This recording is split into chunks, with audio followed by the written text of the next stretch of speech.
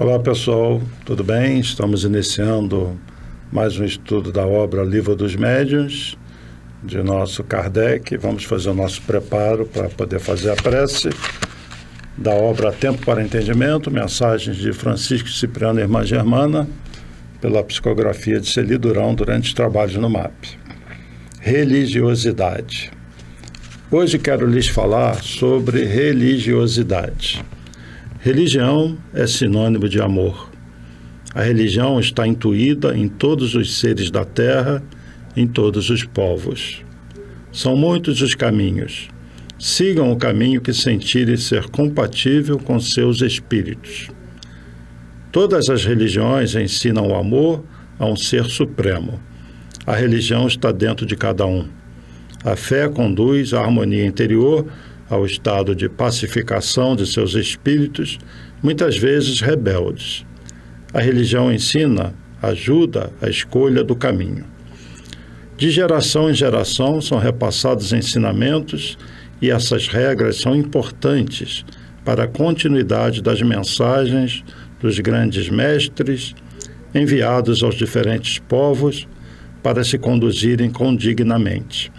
A grande tarefa de todas as religiões é a concentração de muitas pessoas, pois a energia concentrada em um só pensamento é elevada ao espaço e possui uma força imensurável.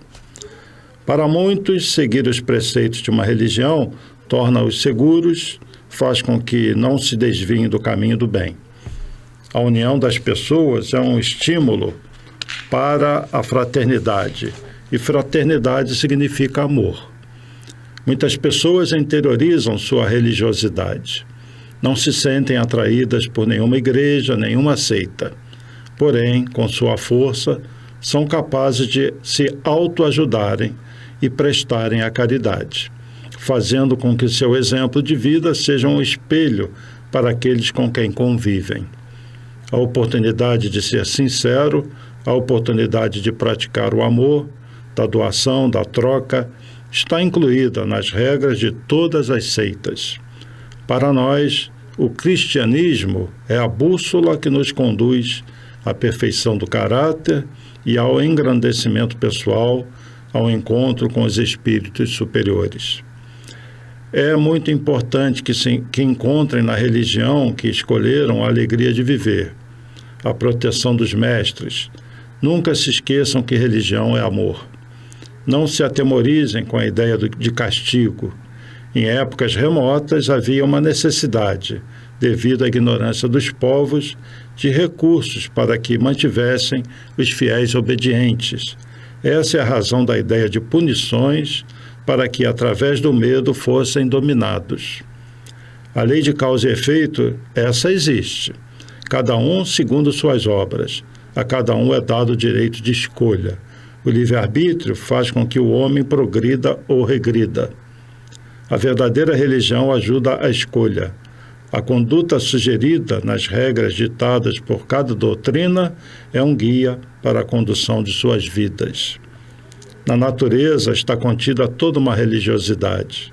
É o Pai lembrando de sua presença em cada manifestação, nas folhas e flores curadoras, nas águas com suas propriedades curadoras, no vento, nas chuvas, nas sementes, nos animais, na beleza dos pássaros e dos frutos. A religião cristã ensina o perdão, o afastamento da maledicência, o repúdio ao ódio, à vingança, ao egoísmo. Portanto, meus queridos, aconselho a se aprofundarem, através da leitura, nas mensagens que lhes são passadas, no aprendizado das lições de nosso Mestre Jesus e de seus discípulos. Sejam felizes, busquem a paz, pratiquem o bem. Exercitem-se dominando seus rancores, seus temores através das preces. Uma palavra carinhosa amansa espíritos revoltados. Acostumem-se a demonstrar o amor que vocês têm dentro de si. Paz, muita paz. Francisco de Assis dedicou sua vida à religião do amor e repassou para várias gerações os conceitos do verdadeiro cristianismo. Então, com essa mensagem, vamos unindo nossos pensamentos a Deus, a Jesus, a espiritualidade maior, agradecendo muito por estarmos juntos nesse estudo, momentos de reflexão, para talvez nos ajudar a mudar as condutas do nosso caminho, que nossa escolha seja o amor, que a nossa religião seja o amor, que tomemos Jesus como modelo e guia e que possamos ser, entre aqueles que nos cercam, aqueles que vão dar o exemplo, que vão mostrar que já estão voltados para o bem, para o amor, através do perdão, através da caridade, seja ela material ou moral. Que Jesus nos dê força, que nos acompanhe nessa caminhada, que ilumine nossos lares, abrace nossos entes queridos e pedimos licença então para iniciar o nosso estudo, agradecendo muito por esses momentos aqui juntos. Graças a Deus. Então, meus amigos, nós vamos dar continuidade ao capítulo 24, que trata da identidade dos espíritos. Nós vamos começar hoje o item 268, sendo que o item 268 ele é composto de várias perguntas, são 28 perguntas. Talvez não seja producente eu ler pergunta por pergunta, mas eu vou tentar pensar de cada uma delas a mensagem principal que diga respeito a esse assunto da identidade dos espíritos. Conforme eu já disse anteriormente, nem todo mundo numa casa espírita trabalha diretamente no trabalho mediúnico. Aliás, tem casas espíritas que têm o trabalho mediúnico muito reduzido. Cada casa espírita tem uma característica. Tem algumas que são muito voltadas ao estudo, outras muito voltadas para a mediunidade, outras fazem um trabalho misto. E tem casas como o MAP, que além de realizar os trabalhos que nós realizamos, conhecidos na doutrina espírita, se dedicam muito também às comunidades carentes. É um trabalho mais direto. Como nós percebemos na mensagem que foi lida, religiosidade é amor. Então, o que importa é que nós façamos o trabalho com amor. No MAP, esse trabalho é mais direto com pessoas que necessitam, embora nós tenhamos reuniões públicas, o trabalho mediúnico, tratamentos, mas há muita dedicação às comunidades carentes. É o amor sendo colocado em prática, né? Daí o nome MAP, né? Movimento de Amor ao Próximo. Então, assim, a essência do trabalho do MAP é atender aqueles que sofrem, atender mais diretamente. Mas dentro da nossa classe média, das pessoas com mais poder aquisitivo, há muita gente sofrendo também. E aí esses trabalhos que envolvem as reuniões públicas, os tratamentos, os trabalhos de desobsessão, o passe, são muito importantes, porque a gente tem que tentar ampliar esse tipo de trabalho. Jesus veio à Terra trazendo uma mensagem de amor. A essência do Espiritismo é o amor. A essência do cristianismo e do Espiritismo é a mesma, amor. Fora da caridade não há salvação, disse Kardec. Fora do amor em movimento, do amor em ação em favor do próximo, não há elevação espiritual. O trabalho mediúnico, ele é um trabalho de amor também. O médium que se dedica, seja ao passe, a um atendimento fraterno, a realizar palestras, que trabalha nos tratamentos, na desobsessão, seja qual for o trabalho, é um trabalho de amor. E o trabalho na casa espírita é um compromisso com Jesus. Nosso Bezerra de Menezes, numa mensagem, disse exatamente isso através do Divaldo Franco. Ele falou para os espíritas assim: vocês assumiram um compromisso com Jesus. Então, todo o trabalho tem que ser realizado com muito amor, inclusive o contato com os espíritos desencarnados. Quando nós atendemos um desencarnado numa reunião mediúnica, o que vai dobrar esse espírito é o amor. É o que ele vai sentir do grupo, da pessoa que está atendendo, do próprio médium. O amor tem esse efeito de mudar as pessoas. E o nosso mundo está muito carente desse sentimento de amor. Infelizmente, nós ainda temos muitos espíritos revoltados, espíritos que tiveram oportunidade nessa encarnação e que continuam repetindo os erros. E muitos não se dão conta que não vão mais reencarnar na Terra, porque nós estamos vivendo aquele tempo da separação dos espíritos, a separação do joio do trigo. Eu vou ler alguns itens, algumas perguntas desse item 268, é um item único, né? Que faz parte desse capítulo. Por que sinais se pode reconhecer a superioridade ou a inferioridade dos espíritos? Nós já vimos isso, está sendo feito um resumo, na verdade, nesse item. Resposta: pela linguagem. Como distinguir um doidivanas de um homem sensato? Já dissemos que os espíritos superiores não se contradizem nunca e só dizem coisas aproveitáveis. Só querem o bem, que lhe constitui a única preocupação. Os espíritos inferiores ainda se encontram sob o influxo das ideias materiais. Seus discursos se ressentem da ignorância e da imperfeição que lhes são características. Somente aos espíritos superiores é dado conhecer todas as coisas e julgá-las desapaixonadamente. A segunda pergunta é importante também. A ciência é sempre sinal certo de elevação de um espírito? Não, porquanto, se ele ainda está sob a influência da matéria, pode ter os vossos vícios e prejuízos. Há pessoas que neste mundo são excessivamente invejosas e orgulhosas. Julgais que apenas o deixam, perdem esses defeitos?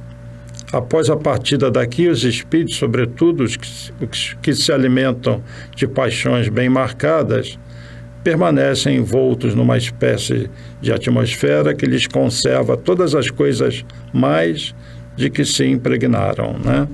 Então é isso. As duas asas do espírito são a do amor e a do conhecimento. Um espírito pode ser muito elevado em conhecimento e na moralidade, no amor, ele está bem atrasado. Então vamos pegar um exemplo típico disso, exemplo até muito triste, lembrando da Segunda Guerra Mundial, daqueles nazistas, cientistas que faziam experiências, e judeus sofreram muito nas mãos deles. Eram homens muitíssimo inteligentes, homens também que projetavam armas, mas no caso específico desses médicos nazistas, as maldades que foram realizadas, eu não preciso nem repetir aqui porque todos conhecem e vai baixar muito a vibração do nosso estudo, mas eram homens então, espíritos com grande conhecimento, né? E uma moralidade muito baixa.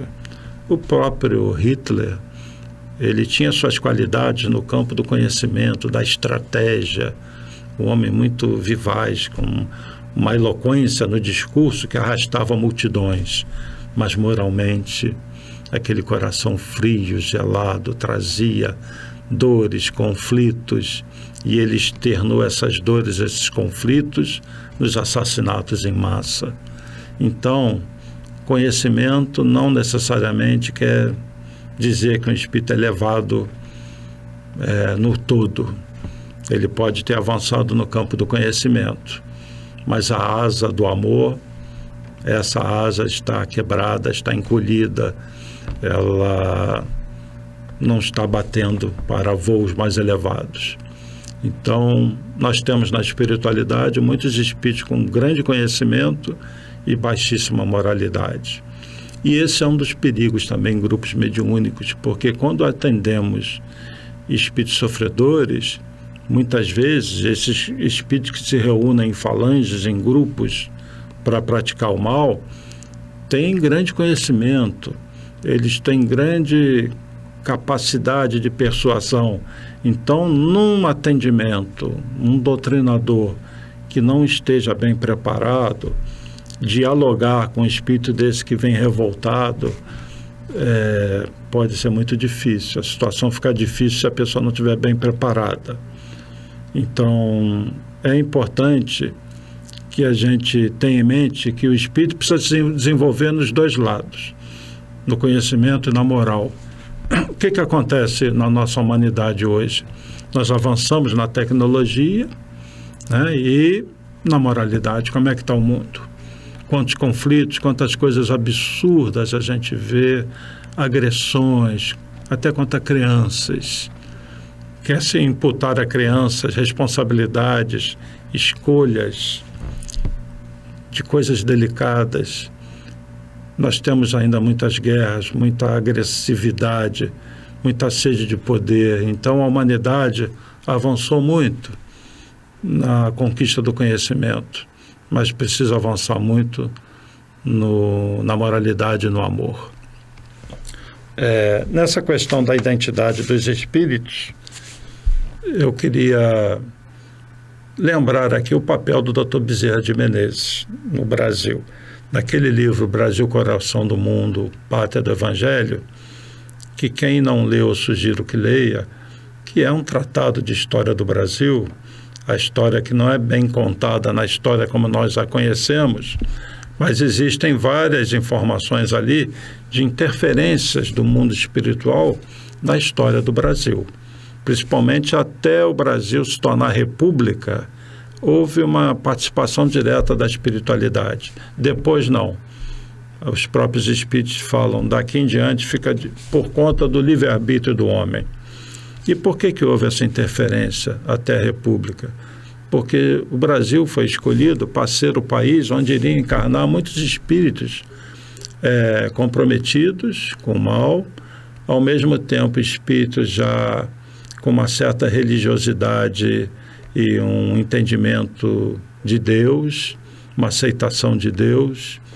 Então, o Brasil hoje agrupa espíritos que vêm reviver o seu evangelho, espíritos que falharam muito quando tinham encarnado na igreja, na Idade Média. Então, dentro desse grande hospital que é o planeta Terra, nós temos o Brasil como sendo um pronto-socorro dentro do hospital. Então, o Brasil, coração do mundo, pátria do Evangelho, é um grande hospital. Quando Kardec codificou a doutrina espírita, já se sabia que ela não ia se consolidar na França, porque a Europa, crescendo no campo do conhecimento, muitos espíritos já programados para reencarnar, sabendo a espiritualidade que isso ia gerar grandes conflitos e que o orgulho do homem daquela época, do século XIX, na Europa, com a ciência despontando, não iria suportar o brilho do amor, o brilho da moral que o Consolador, que Jesus havia prometido, estava trazendo. Então, ele precisaria ser transladado para um povo, para uma nação que pelo menos tivesse o coração aberto para essas mensagens, para espíritos preparados para receber essa mensagem. Então, no Brasil, reencarnam vários espíritos, dentre eles o próprio Chico Xavier, e na população em geral, preparados para receber essas mensagens de cunho espiritual. E sabendo, então, que na França nós teríamos problema, para evitar que esses problemas se repetissem no Brasil, Ismael, que é o mentor espiritual do Brasil, convoca, então, um espírito que já tinha encarnado no passado como hebreu para ele encarnar no Brasil, e ele reencarna no Ceará, numa cidade que na época se chamava Riacho do Sangue, e reencarna como Adolfo Bezerra de Menezes, nosso doutor Bezerra. Para quê? Para dar um rumo a esse movimento que seria transladado da França para o Brasil. E no Brasil, realmente, quando começou a Federação Espírita Brasileira, existiam dois grupos, os místicos e os científicos. uns querendo puxar para o lado do conhecimento, para o lado da ciência, outros querendo puxar mais para um lado místico. E houve muita briga na época. Aí vem o Dr. Bezerra implantando o estudo do Evangelho, da doutrina espírita e o atendimento às comunidades carentes. E se formavam filas de pessoas na FEB procurando assistência. E Dr. Bezerra, então, dá um novo rumo ao movimento espírita aqui no Brasil. Alguns dizem que Dr. Bezerra é como se fosse o Kardec brasileiro. Então, ele é um espírito que tem como missão direcionar os espíritas no Brasil. E ele fez isso quando estava encarnado e faz isso desencarnado. Então, temos que ouvir com muita atenção quando o Dr. Bezerra se manifesta, principalmente através do Divaldo Franco, trazendo mensagens para os espíritas, do compromisso que nós firmamos antes de encarnar. E se é tão importante o trabalho dos espíritas, porque o nosso trabalho, acreditem, repercute no mundo inteiro, vai chegar o tempo em que esses conhecimentos irão se espalhar cada vez mais. Nós já assistimos isso nos filmes, né, que já falam sobre espiritualidade, sobre mediunidade, sobre obsessão. Mas quando esses conhecimentos se espalharem mais pelo mundo, quando o tempo avançar, vão olhar para trás e vão olhar Chico Xavier com outros olhos, Divaldo Franco com outros olhos. E todos nós que estamos passando por esse mundo de prova e expiação, que já vivemos o século XX, estamos vivendo o século XXI, dentro do Espiritismo, estamos trabalhando dentro do Consolador que Jesus havia prometido. Então, todos nós temos uma responsabilidade muito grande. E aproveitando, então, esse capítulo da identidade dos espíritos, eu vou mostrar para vocês uma das comunicações de Dr. Bezerra através de Divaldo Franco. Dr. Bezerra tem uma característica própria de se apresentar. Não quer dizer que ele se apresente assim para todos os médiuns, mas através do Divaldo, como há uma sintonia muito grande entre Divaldo e Dr. Bezerra, o Divaldo chega a mudar a sua voz, muda até um pouco a sua fisionomia. E Divaldo, então, está fazendo uma palestra daquela forma eloquente, ele se emociona, se empolga e fala muito alto, gesticulando, né? E totalmente envolvido e certamente inspirado pelo próprio Dr. Bezerra. E Divaldo atinge uma vibração, um estágio tal, que provavelmente o Dr. Bezerra percebeu a hora agora de eu deixar uma mensagem para esse público. Era um congresso espírita. Então, o Dr. Bezerra assume as ações e fala através do Divaldo. E dá para claramente se identificar Dr. Bezerra, não só pela mudança da voz do Divaldo, não, mas pelo teor da mensagem, nos remetendo aqui a esse capítulo que nós estudamos. O que importa é o teor da mensagem. Então, nós temos uma mensagem de elevado teor moral, muito amorosa e muito coerente com o que o Espiritismo precisa.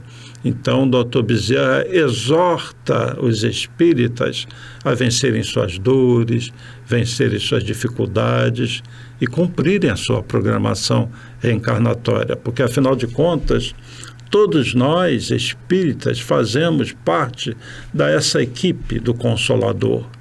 Todos nós trabalhamos para Jesus. Isso é muito sério. Então, vamos assistir a essa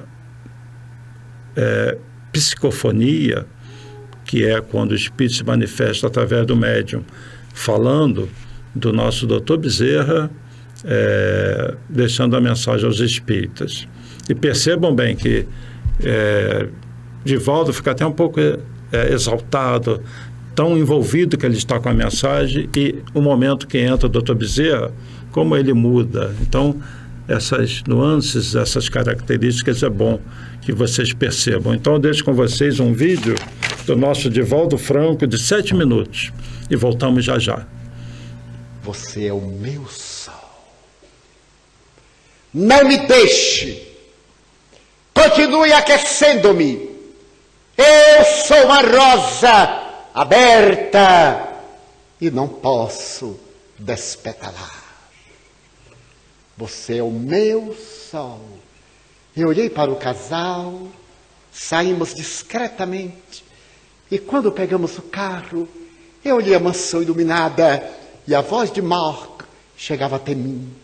Você é o meu sol. Não me abandone. Eu sou a rosa aberta. Aqueça-me para eu não despetalar. Ela possuía um sol. Mas nós possuímos o sol, essa estrela de quinta grandeza que sustenta o sistema. E temos dois sóis. Allan Kardec é o sol da nossa vida. Mas Jesus é o sol de primeira grandeza, a quem dizemos: aquece-nos, Jesus. Tu és o nosso sol. E nós somos botões de rosas que desejamos desabrochar para receber o aroma da tua mensagem na terra. Tu és o nosso sol. Vem ter conosco, Jesus, pois que, se contigo debatemo-nos na aflição e jornadeamos na ignorância, sem ti mergulharemos no caos. Aquece-nos, Senhor, para sermos dignos do teu inefável amor. Espíritas do mundo aqui reunidos, tende como templo o universo, como vos disse Leon Denis, o apóstolo do espiritismo francês. Mas conduzi Jesus em vossos corações, em vossas palavras, em vossos atos. Semeai a claridade inepagável da doutrina espírita. Onde fordes, deixai que ela brilhe por intermédio de vós. Sois agora mensageiros da luz do mundo. Fazei que a doutrina de liberdade que vibra, que pulsa em vós, encontre outros continentes de almas para conquistar. Não arroleis dificuldades, não adoteis desafios, não aponteis fracassos. A experiência resulta das tentativas de acerto e de erro. Em qualquer situação, amai. Diante de qualquer desafio, perseverai no bem. Caluniados, jamais caluniadores, agredidos, nunca agressores, perseguidos, não perseguidores. O Mestre espera por vós, e o missionário Allan Kardec, a quem homenageamos neste momento, vos inspira e vos guia em nome de Jesus. Sede fiéis até o fim e ide em paz. Que o Senhor de bênçãos vos abençoe. A todos nos abençoe. Em nome dos Espíritos Espíritas, aqui presentes de várias pátrias, abraça os corações de todos vós, o servidor humílimo e paternal Bezerra. Muita paz.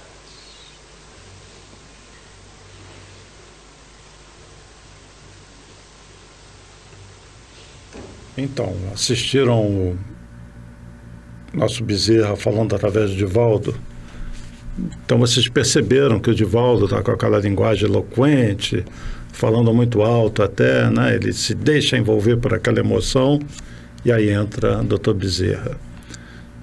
E o teor da mensagem é o que importa. O que nós podemos aproveitar dessa comunicação do Dr. Bezerra para enriquecer mais essa informação desse capítulo da identidade dos espíritos? Digamos que numa reunião mediúnica, um espírito embusteiro, um espírito do outro lado, queira se infiltrar numa reunião como o Bezerra de Menezes. Vocês perceberam o final da mensagem? É típico do Dr. Bezerra, através do Divaldo. Ele se despede dizendo que aqui fala um servidor humílimo, né? E paternal de sempre, Bezerra. Um espírito que saiba disso, numa reunião, vai se manifestar e ele pode dizer no final, o servidor humílimo e paternal de sempre, Bezerra. E aí um grupo que esteja vaidoso, que não tenha estudado, vai dizer, doutor Bezerra, ele fala assim mesmo, e vai identificar logo como sendo doutor Bezerra, de primeira atacada, por causa dessa frase final. É assim que funciona? Não, não é assim. Então, o que importa é o teor da mensagem. Vocês viram que, nesse caso, Divaldo recebe o Dr. Bezerra num congresso espírita. Quer dizer, além de ser um médium extremamente tarimbado, inspirado, com uma Joana de Anjos como mentora, que já recebeu vários espíritos de ordem elevada, ele está se manifestando ali no congresso espírita, tem tudo a ver. E endereça uma mensagem para os espíritas, tá bem? Um espírito com o Dr. Bezerra tem muitas funções, muitas tarefas. Então, ele se manifestar num grupo mediúnico pode até acontecer, mas para fazer o quê? Ele vai trazer alguma informação especial para esse grupo? A casa é ligada a ele? Não tem outros espíritos que possam fazer isso? É isso que nós temos que avaliar.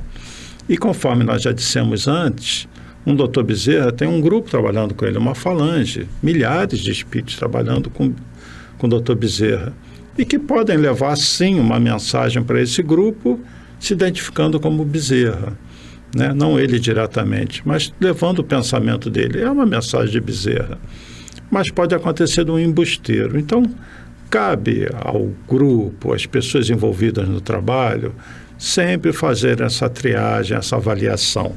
Eu vou recuar aqui um pouquinho e vou lá no item 266, onde Kardec diz assim: eis aqui o conselho que a tal respeito nos deu São Luís.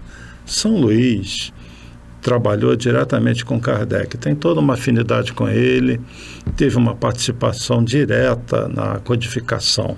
E São Luís diz assim: qualquer que seja a confiança legítima que vos inspirem os espíritos que presidem aos vossos trabalhos, uma recomendação a que nunca será demais repetir e que deverias ter presente sempre na vossa lembrança, quando vos entregais aos vossos estudos. É de pesar e meditar, é de submeter ao cadinho da razão mais severa todas as comunicações que receberdeis. Ouviram, médiuns? É de não deixardes de pedir as explicações necessárias a formardes opinião segura, desde que um ponto vos pareça suspeito, duvidoso ou obscuro. Então, São Luís recomenda sempre analisar as mensagens, submeter ao cadinho da razão. Qual é o teor da mensagem? Por que será que essa mensagem foi deixada? A quem se destina? Principalmente uma mensagem de um espírito que se apresente, como um doutor Bezerra, por exemplo. Eu já assisti reuniões em que o médium recebia vários espíritos, todos dizendo era de Joana de Ângeles para cima. Então é óbvio que aquele médium ali estava com algum problema, né? Estava mesmo. E foi orientado. Situação difícil, às vezes para o grupo, para o doutrinador, porque aí entra o lado pessoal, né? Esse talvez seja o lado mais delicado do trabalho da mediunidade. Por isso o grupo tem que estar bem unido. Essas coisas têm que ser conversadas antes. Principalmente esse ponto, que é bem complexo, da identidade dos espíritos, para que o grupo não caia num processo de fascinação também. E no item 267 é feito um resumo importante, vou destacar alguns itens. Podem resumir-se nos princípios seguintes os meios de se reconhecer a qualidade dos espíritos. Se o espírito é bom, se o espírito não é bom. Se é sério, não é sério. Primeiro, não há outro critério senão o bom senso para se aquilatar do valor dos espíritos. Absurda será qualquer fórmula que eles próprios deem para esse efeito e não poderá provir de espíritos superiores. Segunda, apreciam-se os espíritos pela linguagem de que usam e pelas suas ações. Estas se traduzem pelos sentimentos que eles inspiram e pelos conselhos que dão. Terceiro, admitido que os bons espíritos só podem dizer e fazer o bem, de um bom espírito não pode provir o que tenda para o mal. Quarta, os espíritos superiores usam sempre de uma linguagem digna, nobre, elevada, sem eiva de trivialidade. Viram a mensagem de Bezerra através de Valdo? Elevada, né? Nobre, digna, um linguajar sempre assim. Tudo dizem com simplicidade e modéstia, jamais se vangloriam, nem se jactam de seu saber ou da posição que ocupam entre os outros. A dos espíritos inferiores ou vulgares, sempre algo refletem das paixões humanas. Toda expressão que denote baixeza, pretensão, arrogância, fanfarronice, acrimônia, é indício característico de inferioridade e de embuste. Se o espírito se apresenta com um nome respeitável e venerado. E vou ler mais a quinta. Não se deve julgar da qualidade do espírito pela forma material, nem pela correção do estilo. É preciso sondar-lhe o íntimo, analisar-lhe as palavras, pesá-las friamente, maduramente e sem prevenção.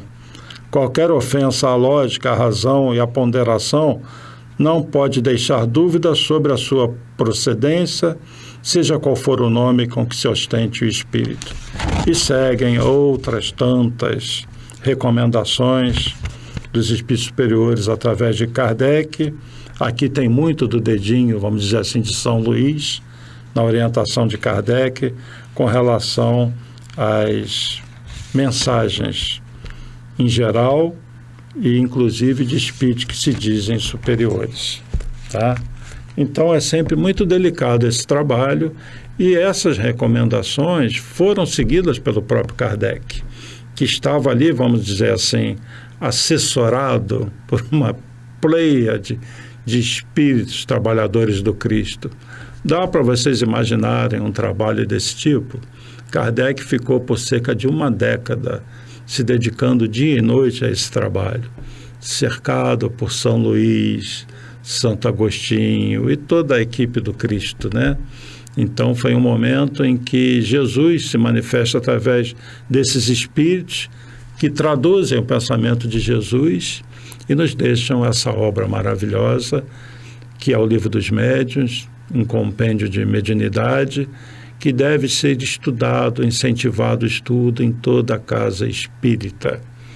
É inimaginável um trabalho mediúnico sem que o grupo tenha estudado o Livro dos Médiuns. Então eu recomendo a todos vocês, dentro de uma casa espírita, que estudem o Livro dos Médiuns. Vocês que estão acompanhando aqui, tentem se aprofundar nesse estudo. Eu queria abrir um parênteses aqui para falar de uma outra obra que é excelente para complementar o Livro dos Médiuns, a obra No Invisível, de Leon Denis. Leon Denis é aquele que veio no século XIX junto a Kardec para que, se Kardec falhasse na sua missão de codificação da doutrina espírita, de receber o Consolador enviado por Jesus, se Kardec falhasse, Leon Denis ia assumir a missão. Só que Kardec não falhou. E nós tivemos, então, Leon Denis complementando o trabalho de forma magnífica. É um espírito com obras tão bonitas, tão lindas, que todos deveriam ler. Eu, particularmente, gosto muito da obra Depois da Morte, que, por acaso, é o mesmo livro que sensibilizou o professor Eurípides Barçanufo, que era católico fervoroso, e ao ler o Depois da Morte ele fica impressionado. É um livro lindíssimo, que começa falando das religiões e depois vai se aprofundando em diversos assuntos. E Leon Denis, então, deixou uma obra No Invisível. Leon Denis, que era médium ostensivo, ao contrário de Kardec, que não era médium ostensivo. E Leon Denis, então, deixa esse livro que complementa o Livro dos Médiuns. Eu vou, nos próximos estudos, trazer trechos aqui No Invisível, para que vocês tenham essa referência de mais uma fonte de consulta para quem quiser, vamos dizer assim, entre aspas, se especializar mais na mediunidade, tá bom? Nesse capítulo 24, nós estamos encerrando esse item, esse capítulo, né, da identidade dos espíritos, e eu queria destacar mais uns itens aqui. Muitos espíritos protetores se designam pelo nome de santos ou de personagens conhecidas. O que se deve pensar a esse respeito? Pergunta Kardec. Resposta, de São Luís. Nem todos os nomes de santos e personagens conhecidas bastariam para fornecer um protetor a cada homem. Entre os espíritos, poucos há que tenham nome conhecido na terra. Por isso é que, as mais das vezes, eles nenhum nome declinam. Está vendo o que São Luís diz? Os espíritos se manifestam, poucos tiveram nome na Terra. Então, até por isso também, eles não dão nenhum nome, né? Então, essa questão do espírito protetor continua aqui, e Kardec vai perguntando e São Luís respondendo. Assim, quando um espírito protetor diz ser São Paulo, por exemplo, não é certo que seja o espírito mesmo ou a alma do apóstolo que teve esse nome? E resposta, exatamente porquanto há milhares de pessoas às quais foi dito que tem por anjo guardião São Paulo, ou qualquer outro. Mas que vos importa isso, desde que o espírito que vos protege é tão elevado quanto São Paulo? Então, muitas vezes, numa comunicação, um espírito até pode tomar um nome qualquer, como quem diz assim, esse médium está querendo um nome, deixa eu ver quem eu posso dar o nome. Bom, se eu disser que eu sou São Paulo, como eu estou conectado a São Paulo, é meu amigo, vamos dizer assim, está no meu mesmo nível, eu vou dizer então para ele que eu sou São Paulo. Isso pode acontecer sim. E aí satisfaz o médium, mas o que vai valer é a mensagem, o teor da mensagem. E a minha voz já vai sumindo aqui. Então, estudem o Livro dos Médiuns. Mediunidade é um assunto magnífico, fundamental para o trabalho mediúnico. Continuem mandando aí seus comentários. Dessa vez está assumindo a mesma voz. Suas dúvidas por e-mail, escrevendo aí embaixo. E eu agradeço muito a atenção. No próximo estudo, nós vamos continuar no outro capítulo. É o das evocações. Agora nós vamos estudar como são feitas as evocações. No tempo de Kardec, isso foi necessário. Atualmente não é bem assim. Então vamos estudar como Kardec recomendou, como acontece nas reuniões mediúnicas, as manifestações dos espíritos, que na maior parte das vezes são espontâneas. Então leiam esse próximo capítulo 25 e nós vamos continuar nesse estudo da mediunidade. Que Jesus ilumine a todos vocês, que essa falange de Jesus, que nos acompanha nas casas espíritas, possa envolver a todos nós, todos os trabalhadores, todos os frequentadores, envolverem muita luz. Obrigado pela atenção. Paz e bem, paz e luz, paz, muita paz.